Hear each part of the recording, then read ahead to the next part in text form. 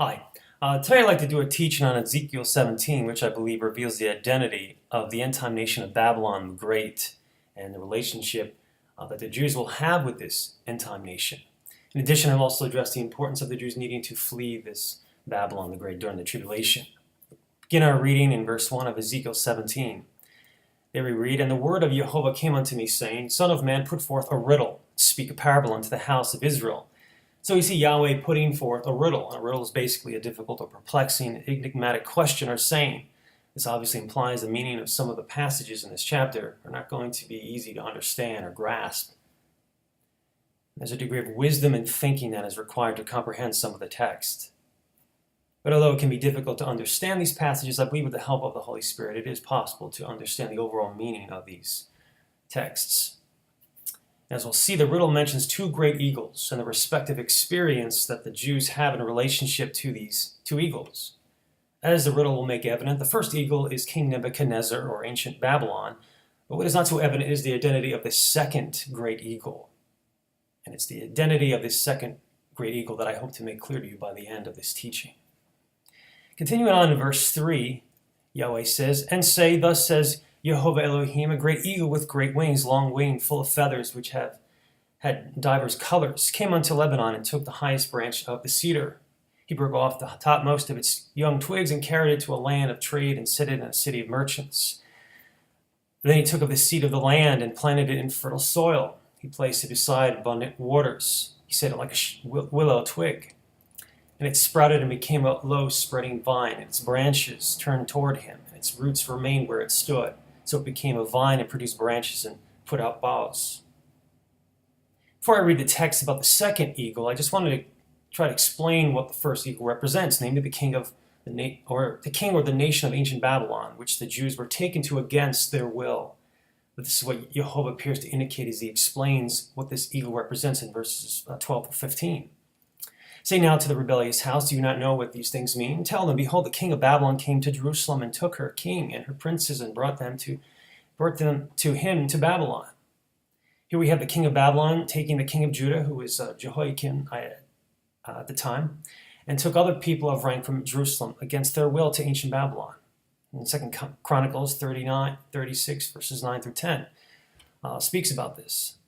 Yahweh then goes on to explain more of the riddle in Ezekiel 17, verse 13 to 14. "And he took one of the royal offspring and made a covenant with him, putting him under oath, the chief men of the land he had taken away, that the kingdom might be humble and not lift itself up, and keep his covenant that it might stand." This is referring to the fact that the king of Babylon made a covenant with King Zedekiah, who was one of the royal offspring. The oath basically entailed Israel needing to submit to Nebuchadnezzar and not seek to rebel against him in any way. And as long as that covenant or oath was kept, the people of Israel would be allowed to exist, but they would have to remain in a humble state. This is what the riddle was speaking of in verse 6 when it spoke of the seed being planted and being set as a willow tree, and it becoming a vine of low stature. Jewish people are the vine, and so when the text speaks of a vine of low stature, it simply is in reference to them having to exist in a lowly, humiliated condition, not being allowed to grow and prosper greatly. Continuing on in the text, Yahweh goes on to explain how King Zedekiah broke his covenant with the king of Babylon. Let's read in verse 15. "But he, that is King Zedekiah, rebelled against him, king of Babylon, by sending his ambassadors to Egypt that they might give him horses and a large army. Will he thrive? Can one escape who does such things? Can he break the covenant and yet escape?" Here we see that King Zedekiah, king of Judah, broke his covenant with the king of Babylon by seeking help from Egypt in order that Israel might be able to escape from Babylon's control. And then Yahweh basically asked whether this king of Judah and Israel itself will be able to thrive and prosper even though the king of Israel broke his covenant. And the answer is no. The king and the nation of Judah will not prosper, as Yahweh indicates in verse 16, where he speaks of the result of the king breaking his covenant. Namely, he ends up dying in Babylon. "As I live, declares Jehovah Elohim, surely in the place where the king dwells who made him king, whose oath he despised and whose covenant with him he broke, in Babylon he shall die." So we see that the first eagle represents ancient Babylon, where the Jews were forced to go to, and it was a place where they experienced humiliation and oppression. But note that Jehovah also speaks of a second great eagle. As we read in verse 7, there was also another great eagle with great wings and many feathers, and behold, this vine did bend her roots toward him, and shot forth her branches toward him, that he might water it by the furrows of her plantation. Now, since the first eagle represents a nation, it would seem to make sense that the second eagle represents another separate nation. Because it has the same symbol as ancient Babylon, an eagle, it's likely that it has many of the same traits as ancient Babylon. This is made clear by the fact that both eagles are said to have great wings and many feathers. Obviously, the feathers of an eagle enable it to ascend and fly. So when it comes to the nation that the eagle represents, the feathers would seem to refer to those traits of the nation that enable it to ascend and soar in the world, such as its military, its abundant resources, its economic power. These traits characterize ancient Babylon, which is represented by an eagle, and they will likely characterize this other nation as well, which is also represented by an eagle. And because this other nation has many of the same traits as the first eagle, which is ancient Babylon, and because it has the same symbol as ancient Babylon, the eagle, I think it's also proper to call this other nation that the second eagle represents Babylon. And I would submit this second eagle is none other than the Babylon we read of in Revelation 17 and 18. For example, in Revelation 17:5 speaks of Babylon the Great as a mystery. Reading in verse 5, and upon her head was a name written, Mystery, Babylon the Great, the mother of harlots and abominations of the earth. Mystery can refer to some truth or information that is hidden that will be revealed. It's something to be figured out. Likewise, the riddle in Ezekiel 17 seems to ask us to figure out what the true identity of this other Babylon is, that which is represented by the second eagle. And I believe the identity of this second eagle will become evident as we continue to examine these passages in Ezekiel 17 in more detail. Considering again Ezekiel 17, in verse 7 we read of something of the disposition or attitude of the Jews to this second eagle. And behold, the vine did bend her roots toward him, and shot forth her branches toward him, that he might water it by the furrows of her plantation. Again, the vine represents the Jewish people, and so when the text speaks of the vine bending her roots toward him, that is the eagle, this is the idea of the Jews being willing to go to the land that this eagle represents. This is in contrast to the experience of the Jews with the first eagle, as they were taken against their will. For that is what verse 4 and 5 seems to allude to, where it speaks of the eagle plucking or cutting off of the young twigs and taking the seed. But we also see that not only do the Jews desire to go to this second Babylon, but we also see that they experience great prosperity in this other Babylon. This is made evident by verse 8 in regard to the growth of the vine, which represents Israel. It was planted in a good soil by great waters, that it might bring forth branches, that it might bear fruit, that it might be a goodly vine. So we see that this vine is planted in a location that will contribute to its growth and prosperity, becoming a goodly vine. The word goodly is the idea of becoming great stature, carries the idea of magnificent glory, splendor. Since the vine represents the Jews, the idea of this text seems to be that of the Jews would end up being planted in this other Babylon. They will experience growth and prosperity. They would be planted in that nation, lay down roots in a sense, and grow. But know that the text speaks of the vine being planted in a good soil by great waters. Obviously, water is something that would enable a vine to grow. So it would seem that these waters represent something that would help the people of Israel grow and prosper in this land that they choose to go to. These waters may represent something similar to what we read of in Revelation 17:15 in regard to the waters of Mystery Babylon, that it could represent various peoples, nations, multitudes, and tongues that are present in the nation that the Jews are planted in. In other words, the second eagle in Ezekiel 17 seems to be a nation that is a melting pot of different peoples from all over the world. It could be that it's these different kinds of people in that nation that could somehow contribute to the prosperity of the Jewish people. But it could simply be that the waters refer to the fact that the second eagle or second Babylon that the Jews are planted in has an abundance of that which would contribute to the growth and prosperity and vitality of the Jewish people. Further support of the fact that the Jews will experience growth in this land they are planted in is found in the latter part of verse 8, where the text speaks of the vine bringing forth its branches and bearing fruit, that it might be a goodly vine. Again, as I mentioned earlier, the word goodly is the idea of something great in stature, something magnificent. As we saw earlier, when Israel was in the first eagle, they were a vine of low stature. that they were in an oppressed, humiliated state, having a low status. But in great contrast to their experience in the first eagle of ancient Babylon, the Jews would know great prosperity in this second eagle, which is another Babylon. That is, they would become a goodly vine, a people of a great status, a magnificent people. It speaks of the Jews becoming wealthy and prominent, powerful, even potentially becoming great leaders in the business world, even the political realm in this other Babylon. But know that because of this other nation is said to be one where the Jews chose to go to and prosper, it's reasonable to conclude that this nation will have a very large population of Jews. For the support of this fact, consider all the texts in the Old Testament where the Jews apparently are being called to flee Babylon to escape its destruction. For example, Isaiah 48:20. Go forth from Babylon, flee from the Chaldees with a voice of singing. Proclaim, Jehovah has redeemed his servant Jacob.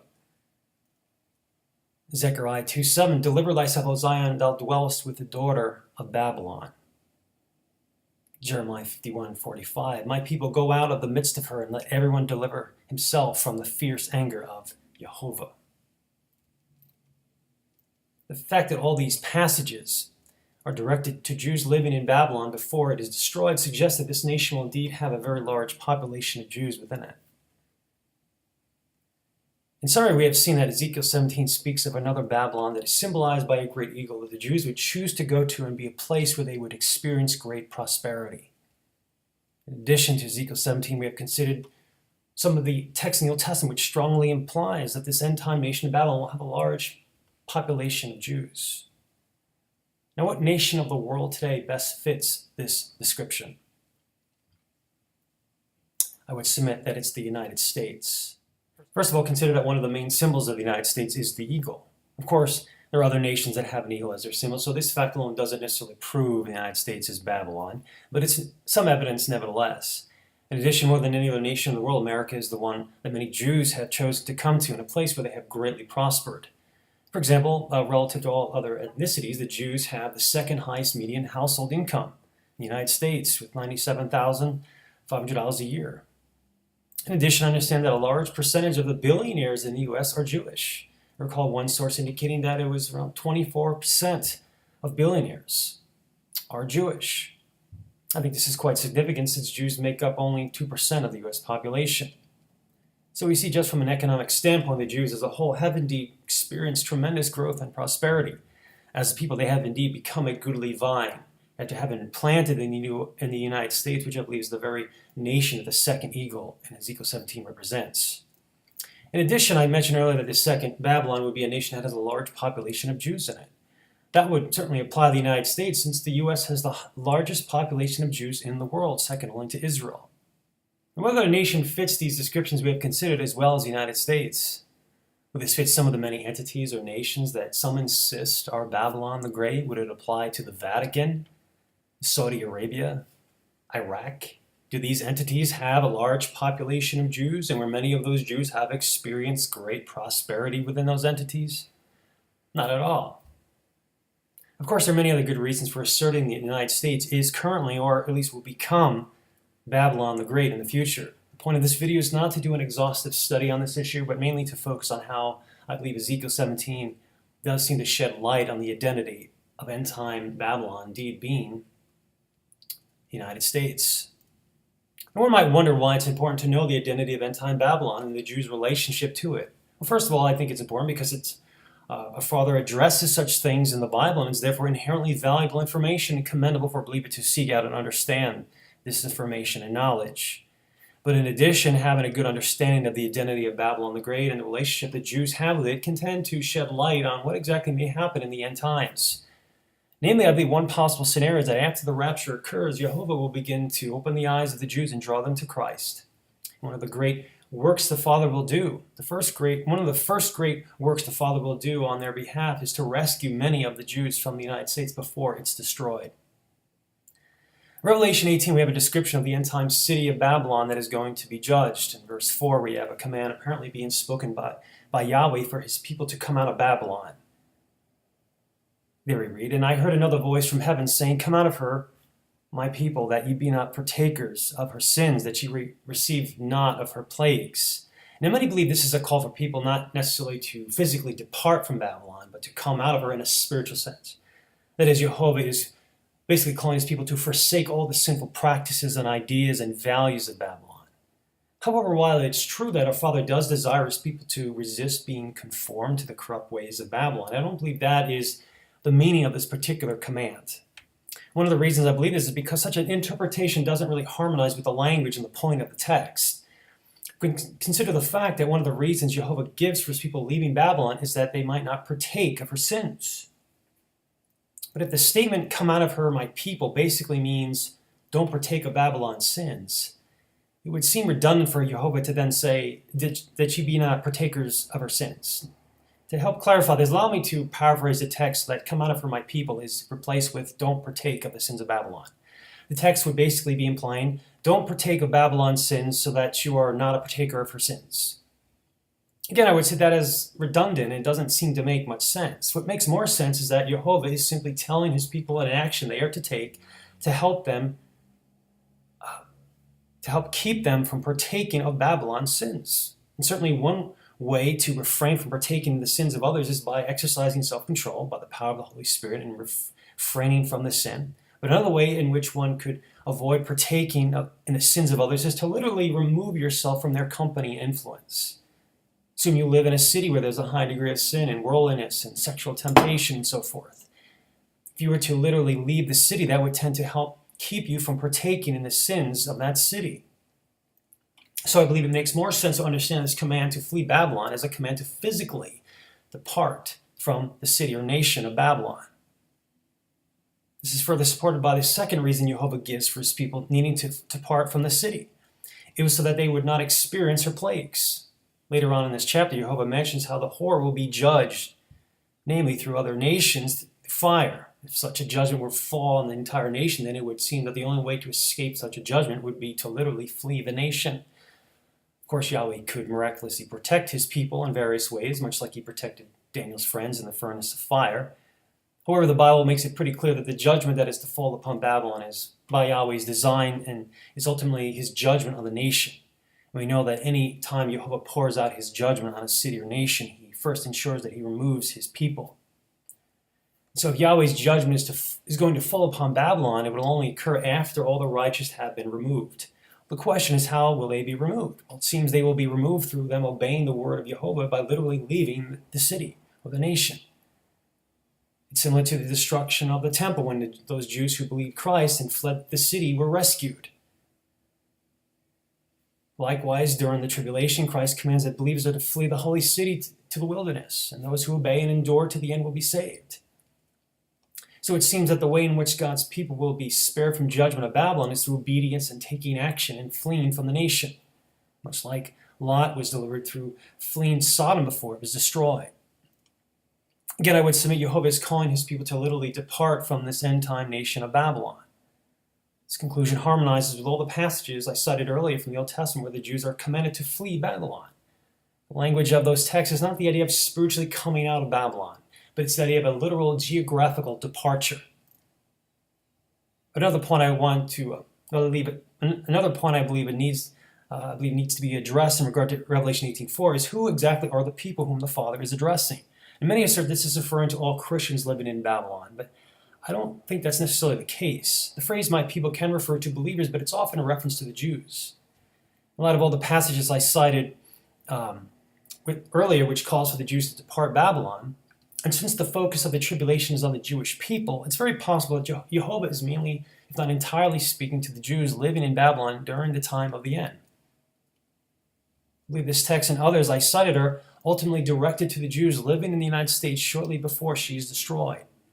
The reason many Jews will respond is because Jehovah has promised to do a work in the Jewish people at the time of the end where he will remove their blindness.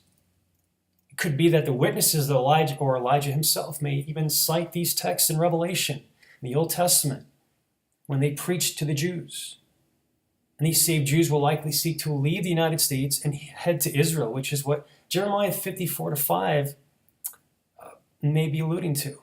As we read, "In those days and in that time, says Jehovah, the children of Israel shall come, they and the children of Judah together. With continual weeping they shall come and seek Jehovah, their Elohim. They shall ask the way to Zion, with their faces toward it, saying, Come, let us join ourselves to Jehovah in a perpetual covenant that will not be forgotten. Consider that these passages are found within the context of the destruction of end-time Babylon.